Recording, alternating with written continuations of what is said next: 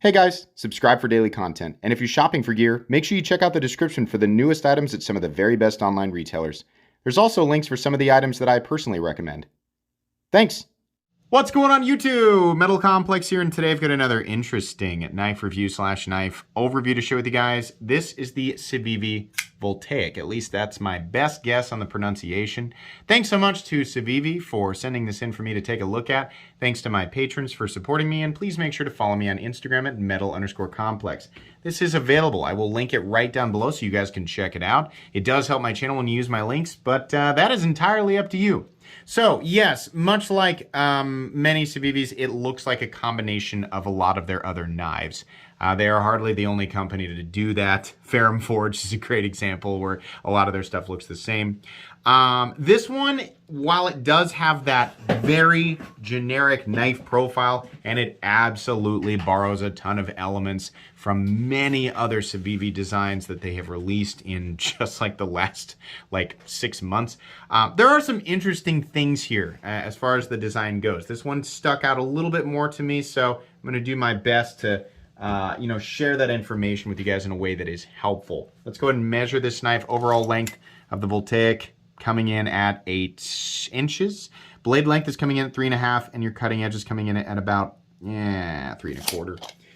Few size comparisons, not too many up against the Ontario Rad Model 1 and the Ontario Rad Model 2. So you can see here it's kind of right in between. How about up against the Demco AD 20.5? There you go. How about up against the Benchmade Bug Outs? A little bit longer than the Bug Out, definitely a little bit heavier and a little bit thicker. And last but not least, the Spyderco Para 3. How is the action on this guy? This is a steel frame lock that has overlays, which I actually kind of like. I'm not the biggest fan of steel frame locks because they just seem, they're just like adding unnecessary weight, and then they have the same problems that titanium frame locks have, right? But this guy, I do like the way that they set up the materials. The action itself, which is what I started to talk about, is typical Civivi. It takes a little bit of encouragement, but the detent is very good, and it is consistently smooth. A bit tight, but consistently smooth. Because we have overlays, you're not putting all of that force. It's a fairly narrow frame, right? So if this were totally exposed, you would definitely be putting too much pressure on that lock bar and making it hard to flip, but not on this guy. It's a little bit easier. You can also use that fuller to reverse flick it out. Kind of like that. That's cool. It definitely is butt heavy though. I mean, we'll get to that, but it definitely is. Carry profile, thickness up against the Spyderco Para 3. It's not a thick knife, definitely. A little bit thinner than the Para 3. Length and height up against the PM2 and Para 3. You can see here, this guy's not really cumbersome in the sense of its profile, right? It's kind of it's a fairly narrow profile. A little bit longer than the Para 3, a little shorter than the PM2, nowhere near as tall as either though. Really where you're gonna feel it is in the weight for the profile, right? I mean, by knife world standards, right, if you're just looking at this weight on paper, it's not terrible. It's coming in at 4.23 ounces. A lot of people say, well, that's pretty, normal. A Ritter Hogue weighs a little bit more than that, right? When you look at this knife and you think of a Civivi, you don't think of a 4.25 ounce knife, right? And it's because we have a lot of steel here. That's the issue with making the entire frame and not just the liners out of steel. It makes it feel super butt heavy because we still have a pretty thin blade stock. So the balance is actually, it's about back here, right? You want it closer to the pivot. It's about here. So you're gonna feel it, right? You're gonna notice it. At the end of the day though, what we have is a fairly narrow, compact profile that just weighs a little bit more than you would expect.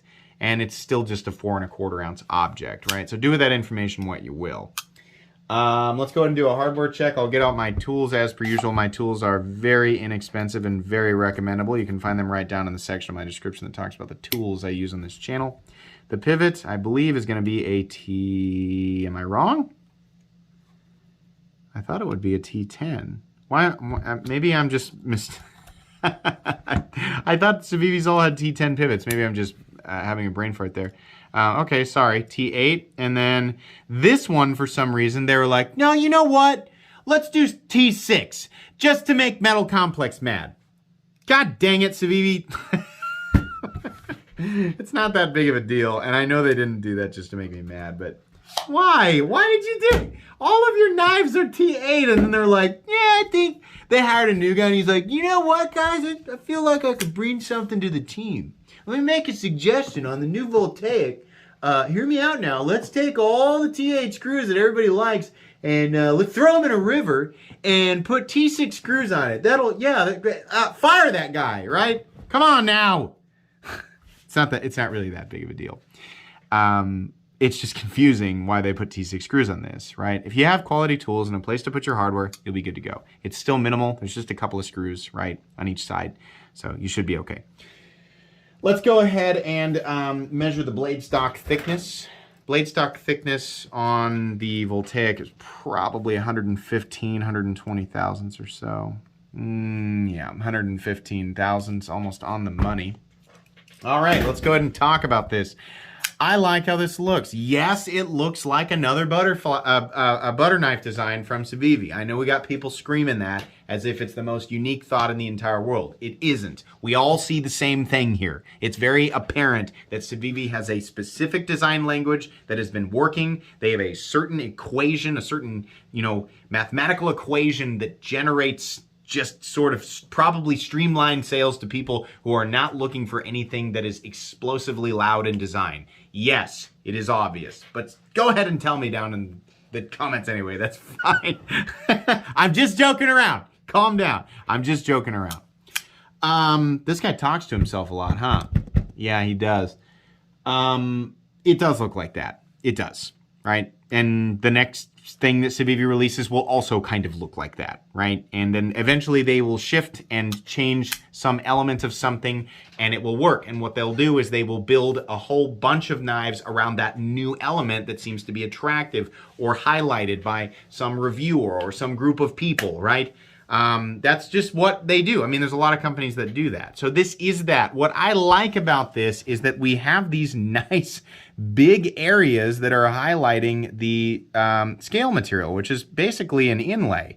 I kind of like that. It's just a little bit more. It's not anything crazy. They're not the first ones to do it, but it just looks a little bit better here. I mean, to make this full on, like, cookie cutter Civivi, it would have been steel liners, G10 scales, and this, right? They could have released that and thrown Nitro V on it and charged us $55. Great. Most forgettable thing in the world. I'm not saying that this is not a completely forgettable design, but I do like this little extra here. They tried this with another model here recently, and the biggest issue with it is that they tried to justify some hilarious, there was like over $100. Now this thing is still not where it should be for price, but it's much better. A steel frame lock, if you are new to the knife world, a steel frame lock is not a new thing. That is not a premium thing. For a while, it's like they disappeared for a while, and then some companies brought them back like, premium steel frame lock. You get a premium frame. We're doing you a favor, man. We went from steel liners to a premium steel frame. It's the same. It's steel, right? The steel frame locks were on some of the cheapest knives that I have ever seen, right? The Ruaiki, I know I'm saying that incorrectly. I think it's Rake. The P80 whatever steel frame lock. It's like $25-$30, right? Or however much it is. A steel frame lock, we got to get, if for some reason, some of these companies are successfully tricking people into thinking that they are getting something special with the entire frame made out of steel, I'd like to slow that train down there. Not special. In fact, it just throws the balance off. Some people make an argument for durability and this or that. Not really, right? But if you're going to do a steel frame lock, it's neat to have some of these more aesthetically pleasing design elements. I do like how they lay the G10 in there. I do like how they knock these edges down. And they applied a nice sort of, semi-reflective tumbled finish to the steel, and it looks good. The other thing that they did that I think is really nice is they added this little, like the milling on the inside there. It looks really good, and it's also got plenty of access, right? It's very easy to engage and disengage considering it is a thinner profile with skinnier, like overall, it's close to the size of the bug out, and it is pretty comfortable to manipulate, right? Pretty easy to do a reverse flick. I like that. It's good. It's typical Civivi, but it's good. The blade steel is 14C28N, which is in some microscopic place. There it is. And I do like that. A lot of people thought that I was criticizing them for having it in such a small area. No, it's great because we don't have to look at a bunch of numbers and letters, right? But it's 14C28N, which is arguably the most balanced budget steel and, you know, depending on who you ask, the most preferable budget blade steel. Of course, that word budget means something different to everybody. We'll talk more about that here in a bit. We have this sort of very lightly or glass blasted finish. It's always really hard for me to tell between. I think their glass blasted is a little bit more foggy, a little bit more overcast, right? But it's very close. I like it. It looks good. I don't have an issue with it. The blade is just fantastic for day-to-day tasks. Yeah, it's boring. Yeah, it's basically a slightly altered version of like 18 different blades that Civivi has put out, but you know what? It works, right? If you're new and you don't know, you know, what's a good blade shape to go with for Civivi, this will work. This will work great. You've got 900 options with Civivi, right? As far as knives with this blade shape. But it works. There's nothing in the cutting path save for the fuller, which will attract minimal gunk, right? It is otherwise, as far as I can tell, fully flat ground. The jimping probably could have extended a bit further, but it's fine where it is. Comes down to an extremely well sharpened. Civivi really knows how to sharpen a blade. Their factory edges are awesome. And this is nice and thin. Really great for EDC stuff. This will be a joy to use. Again, I like the Capsule Corp logo. I'm sorry, the Civivi logo that they've got right here on the pivot. I think that's fine. They're keeping it off the blade, so no big deal.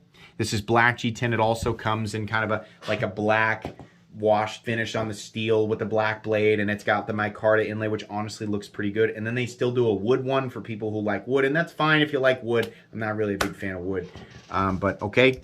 Oh no, there's no lanyard hole, but there is a lanyard bar. So wipe the sweat off your brow, lanyard folks. Don't worry, you can still attach your weird boat anchors with different tentacles and stuff hanging off. I'm just messing with you. Pocket clip is still this goose build thing, this gooseneck thing. It's okay. I just don't like it. It's as much as you know, some of the clips that other companies are offering on knives that's at this price point. It's just a little bit too high. I mean, it's just begging to grab onto something and be bent out. And it's steel, so it'll, you know, it's not as forgiving as titanium. It's much more likely that it will break or be severely weakened if you do manage to bend it back. The clip itself is not recessed, no big deal. The clip screws are recessed. You can also switch it over for left-handed carry, and lefties, you should really have no trouble with this. Another cool feature of this knife is that these stops are garaged, so the stops are actually attached to the blade, but they sink completely under the frame here, and you can see there it is impacting the frame on either side in the closed position and in the open position. That's nice. I also like this because it allows you, without, you know, if you were to drop this straight down, it's going to hit the frame and not the internals. I mean, unless you drop it on a really, on like a spike of steel that's going to go right in there, right? But it does give you really good access to the internals here. So if you do need to add some lubrication to the bearings, then you can do it from there. And that's really nice. I like that. Lockup is completely and totally solid. Up, down, left, and right. We have no double clutch, no pivot lash, right? And it is consistently smooth in here. This will get, you know, smoother over time. Detent, yeah, really good. Really nice and perfectly centered. So how much does this knife cost? Well, this version of the knife costs $73.50, and the other two versions cost a little over $75. They're like $76 or something like that. The line for this channel, for me, how I define a budget knife is any knife that comes in under $75. So this version of the knife is, and it's just barely a budget knife. Yeah, it's 14C28N. Yeah, they've got a little bit more interesting stuff going on with the inlay and stuff like that. You know, it's like when you look at these materials on paper, right? It's real easy to say, all right, I got a knife. You can't see a picture of it, but it's got a 14C28N blade, and it's a steel frame lock, and it's got some G10 on it, right? The number pops up in your head. Now, for a lot of people, even if they can see the design, that's as far as it goes. They calculate price based on the materials. I add or subtract a little bit more depending on the design, how simple or how complicated it is. This isn't the most complicated design, but for Civivi, it's a little bit on the more complicated end. Do I think it's a $75 knife? No. I think it's more like $65. That's a $10 difference. I mean, it is 14T28N. It is typical Civivi quality, right? I find it slightly more interesting than the average new release Civivi. Maybe it's just the lines of this, but it's a little bit more interesting. I think it's kind of neat. It's not doing anything, and there's literally nothing else that's special about it. At $75, there is an enormous amount of competition out there. Kubi is a great example that has, I don't know how many knives that are like, you look at them and you look at the materials, you look at the designs, and you're like, wow, this is like $30 less. The price on this doesn't blow me away. The design is cool. The price doesn't blow me away. This is still technically a budget knife, and I still like it. It is a cheap knife that I like. I'm not over the moon about anything. It is recommendable in a general sense, but there is so much competition out there right now. It really is getting harder and harder and harder to, pick a budget knife out of a pile and say, go after this. This is incredible. When you can get the Chevalier, which is a button lock, right? I'm not saying that's like automatically worth a lot more money, but to get it done right? To get it done exactly right, it's a little bit more effort that goes into that. And it's better balanced. It's a little bit lighter weight, and it is very similar in profile. The Chevalier is much more deserving of that $73, $74 price tag versus this. This, again, steel frame locks. No. Anybody who's new to the knife world, do not be confused into thinking that a steel frame lock is a new thing that you should be paying more money for. It isn't. This is well finished, and it's a nice steel frame lock. The price isn't the worst thing in the entire world, but it's far from the best. I love the blade steel, etc. So yeah, that's really all I can say about it. It's a cool one. It's a little more interesting than normal, but it's still not everything together. The cake mix of everything that I generally criticize kind of churns out C+, B- kind of knife for me. That's about it. It's going to go in my cheap knives I like playlist, and that's where I'm going to leave it. Thanks again to Civivi for actually they gave this to me for review. This is likely one I'll end up giving away, so make sure you're subscribed and be watching out for my live streams on the weekends, because that's when I do that type of stuff. Please make sure to follow me on Instagram at metal_complex. If you enjoyed this video, leave a like. If you'd like to check out my other content, I do, of course, have lots of videos of knives that are either expensive or inexpensive that I do or don't like, so check those out. And if you enjoy all my content, go ahead and click on that Metal Complex logo right there and subscribe, because there's definitely more coming. Thanks again for watching, everybody, and have a great day.